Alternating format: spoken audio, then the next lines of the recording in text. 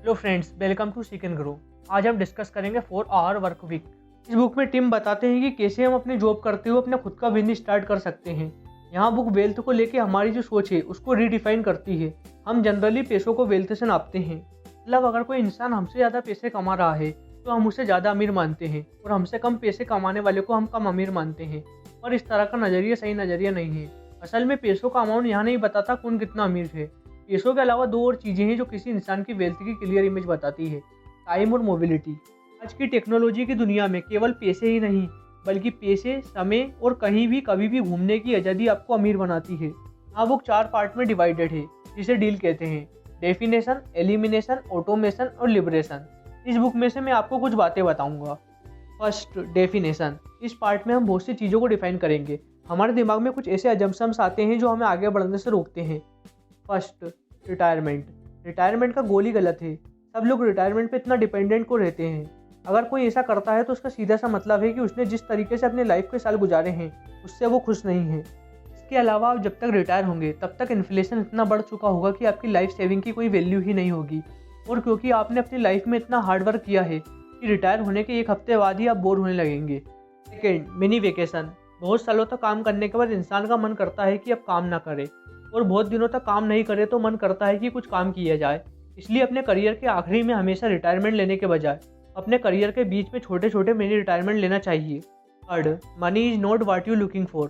पैसा वो चीज़ नहीं है जो आप ढूंढ रहे हैं। हम खुश रहने की चाह में पैसों के पीछे भागते रहते हैं। हम काफ़ी मेहनत करते हैं ताकि हमारी इनकम बढ़ती रहे, पर जब हमारी इनकम बढ़ती है तो हम देखते हैं कि हमारी खुशी हमारी इनकम के साथ नहीं बढ़ रही है। हमें समझ नहीं आता कि हमारी लाइफ कहाँ जा रही है। इसका रीज़न जहाँ है कि लाइफ में खुशियाँ पैसों से नहीं बल्कि फ्रीडम और पावर से आती है। हम खुश तभी रहते हैं जब हम सब कुछ कर सकें जो हम करना चाहते हैं। काफ़ी चीज़ें ऐसी होती है जो हम केवल तभी कर सकते हैं जब हमारे पास पैसा हो, लेकिन कुछ ऐसी भी चीज़ें हैं जिनके लिए पैसों की ज़रूरत नहीं होती। फोर्थ, एब्सोल्यूट इनकम और रिलेटिव इनकम। एब्सोल्यूट इनकम से ज़्यादा रिलेटिव इनकम जरूरी होती है। दोस्तों, 2 तरह की इनकम होती है, एब्सोल्यूट इनकम और रिलेटिव इनकम। एब्सोल्यूट इनकम बस आपकी सैलरी होती है, जबकि रिलेटिव इनकम में आपकी सैलरी और आपका वर्किंग अमाउंट ऑफ टाइम दोनों मायने रखता है। दोस्तों, इसको मैं एक एग्जांपल की हेल्प से बताता हूँ। जैसे 2 दोस्त हैं, अमन और राहुल। अमन की एनुअल इनकम 1 लाख रुपए है, जबकि राहुल की इनकम बस 50,000 रुपये ही है। अगर हम मनी को देखें तो अमन 2 गुना ज़्यादा अमीर है, लेकिन हम यहाँ भूल जाते हैं कि अमन वीक में 80 घंटे काम करता है और राहुल वीक में 10 घंटे काम करता है। अमन 1 घंटे का लगभग 312 रुपये कमाता है, वहीं राहुल 1 घंटे में 1250 रुपये कमाता है। तो कौन ज़्यादा अमीर है, अमन या Rahul? Fifth, escaping fear. Hence Los Angeles में कॉर्पोरेट लॉयर थे जो 5 सालों से प्रैक्टिस कर रहे थे। इन 5 सालों में उन्हें मॉर्निंग में सेम टाइम में उठने की हैबिट थी, और हेंस को यही लाइफस्टाइल आगे 40-50 सालों तक और जीनी थी। एक बार ऐसा हुआ कि एक प्रोजेक्ट को फिनिश करने के लिए हेंस अपनी ऑफिस के डेस्क पर ही सो गए और नेक्स्ट डे मॉर्निंग पर वो उसी पर काम करते रहे। यहाँ प्रोजेक्ट काफ़ी मुश्किल था और हेंस ने सोचा कि अगर ऐसा और प्रोजेक्ट मिलता है तो मैं अपनी जॉब छोड़ दूंगा। उसके बाद हेंस घूमने चले गए। वहाँ उन्होंने ग्राउंड से 30 फीट की ऊंचाई पर पैराग्लाइडिंग की। जब वो नीचे उतर रहे थे तो उन्होंने रियलाइज़ किया कि हम अपनी लाइफ में जो भी रिस्क लेते हैं वो बस हमें शुरू में ही डराता है। फिर उन्होंने डिसाइड किया कि वो जॉब छोड़ देंगे। अगली सुबह हेंस अपने ऑफिस पहुंचे और उन्होंने अपना रिजाइन लेटर दे दिया। हेंस को कई बातें सुनना पड़ी, जैसे वो बहुत गलत डिसीजन ले रहे हैं, वो अपनी लाइफ को बर्बाद कर रहे हैं।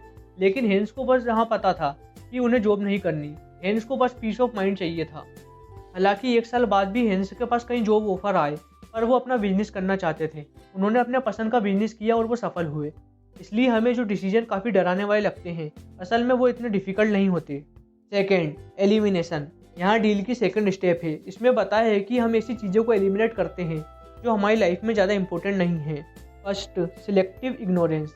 ऐसी किसी भी इंफॉर्मेशन जो आपके काम और बिजनेस से रिलेटेड नहीं है उस पर फोकस ना करें, जैसे कि गॉसिप, सोशल मीडिया, न्यूज़ देखना एक्सेट्रा, क्योंकि ज़्यादातर न्यूज़ में नेगेटिव चीज़ें ही होती है। Second, dealing with interaction. जो काम आप बिना इंटरेक्शन के आधे घंटे में निपटा सकते हो, वही काम अगर आप बार बार डिस्टर्ब होकर करोगे तो आपको उसमें 4 घंटे लगेंगे। इसलिए कोशिश करें कि आप जो भी काम करें बिना डिस्टर्बेंस के करें। Third, 80-20 principal. 80-20 प्रिंसिपल पेरेटो ने बनाया था, इसलिए इसको पेरेटो का लॉ भी कहा जाता है। इसका मतलब यहाँ है कि आपके काम का 80% रिजल्ट बस आपके 20% काम से आता है। अगर आपका कोई बिजनेस है तो आपको रियलाइज़ हुआ होगा कि आपका 80% प्रॉफिट आपके 20% लोगों से ही आता है। यहाँ वो लोग हैं जो हमेशा आपके सामान को खरीदते हैं। अगर आप कोई एम्प्लॉय हैं तो आपने नोटिस किया होगा कि आप 80% रिजल्ट आपके 20% ऑफिस के समय में ही प्रोड्यूस करते हैं। क्या आपने कभी नोटिस किया कि रेगुलर 8 घंटे काम करने की जगह आपने 2 घंटे में ही ज़्यादा रिजल्ट हासिल किए हैं? टिम भी अपनी लाइफ में 80-20 प्रिंसिपल का यूज़ करते हैं। एक बार एक अमेरिकन बिजनेसमैन मेक्सिको के एक विलेज में वेकेशन पर गया, क्योंकि ऐसा उसके डॉक्टर ने उसकी हेल्थ को ठीक करने के लिए बोला था। लेकिन अपने वेकेशन के फर्स्ट डे में ही उस बिजनेसमैन को अपने बिजनेस से लेकर एक बैड न्यूज़ मिली।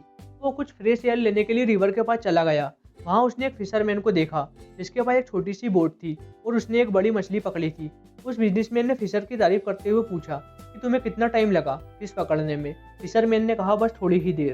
इस पर बिजनेसमैन ने पूछा कि तुमने ज़्यादा मछली पकड़ने के लिए कुछ देर इंतजार क्यों नहीं किया? फिशरमैन बोला, मेरी फैमिली और फ्रेंड्स के खाने लायक इतनी मछली काफ़ी है। बिजनेसमैन बोला कि बाकी टाइम तुम क्या करते हो? फिशरमैन ने बताया कि वो अपने बच्चों के साथ टाइम स्पेंड करता है और शाम को अपने दोस्तों से मिलने चला जाता है। फिशरमैन की बात सुनकर बिजनेसमैन हंसा और बोला, सर मैंने हार्वर्ड से MBA किया है और मैं आपकी हेल्प कर सकता हूँ। उसने फिशरमैन को सजेशन दिया उसको फिश पकड़ने में ज़्यादा टाइम लगाना चाहिए ताकि वो एक बड़ी बोट ले सके। जब वो ज़्यादा मछली पकड़ेगा तो उसे मिडिलमैन के साथ डील करने की ज़रूरत नहीं पड़ेगी, जिससे वो खुद मछली को बेचकर ज़्यादा प्रॉफिट कमा सकता है और खुद अपनी कंपनी स्टार्ट कर सकता है। साथ ही फिशरमैन के पास अपनी कंपनी का सारा कंट्रोल होगा।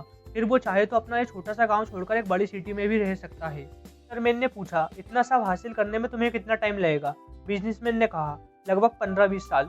फिशरमैन ने कहा, फिर क्या होगा? बिजनेसमैन बोला, फिर तुम अपनी कंपनी बेच दोगे, तुम्हें मिलियंस ऑफ डॉलर मिलेंगे। फिशरमैन ने कहा, तुम्हें मिलियंस ऑफ डॉलर मिलेंगे तो फिर क्या होगा? बिजनेसमैन ने कहा, जब तुम्हारे पास मिलियंस डॉलर होंगे तो तुम्हें काम करने की जरूरत नहीं होगी और तुम काम से रिटायरमेंट लेके अपने एक अलग गाँव में रह सकते हो, कुछ देर सो सकते हो और साथ ही तुम अपनी फैमिली और दोस्तों का ख्याल भी रख सकते हो। दोस्तों, इस कहानी में फिशरमैन इतनी ही फिश पकड़ता है जिससे वो अपनी फैमिली का गुजारा कर पाए। यहाँ वो केवल कुछ ही घंटे फिशिंग करता है, तो बाकी टाइम वो क्या करता है? यहाँ टाइम में वो अपनी फैमिली और दोस्तों के साथ टाइम स्पेंड करता है। तो दोस्तों, वो अपने फ्रीडम ऑफ लाइफ, इनकम और लोकेशन के साथ आपको नहीं लगता कि वो फिशरमैन मिलेनियर्स की जिंदगी जी रहा है? ऑटोमेशन, इसमें टीम अपने बिजनेस को ऑटोमेट करने की कहते हैं। फर्स्ट, आउटसोर्स, इसमें आप अपने बिजनेस से रिलेटेड कामों को आउटसोर्स करते हैं। आउटसोर्स करने के कारण आप कहीं भी जा सकते हैं, वो बिजनेस आपकी प्रेजेंस के बिना भी चल सकता है।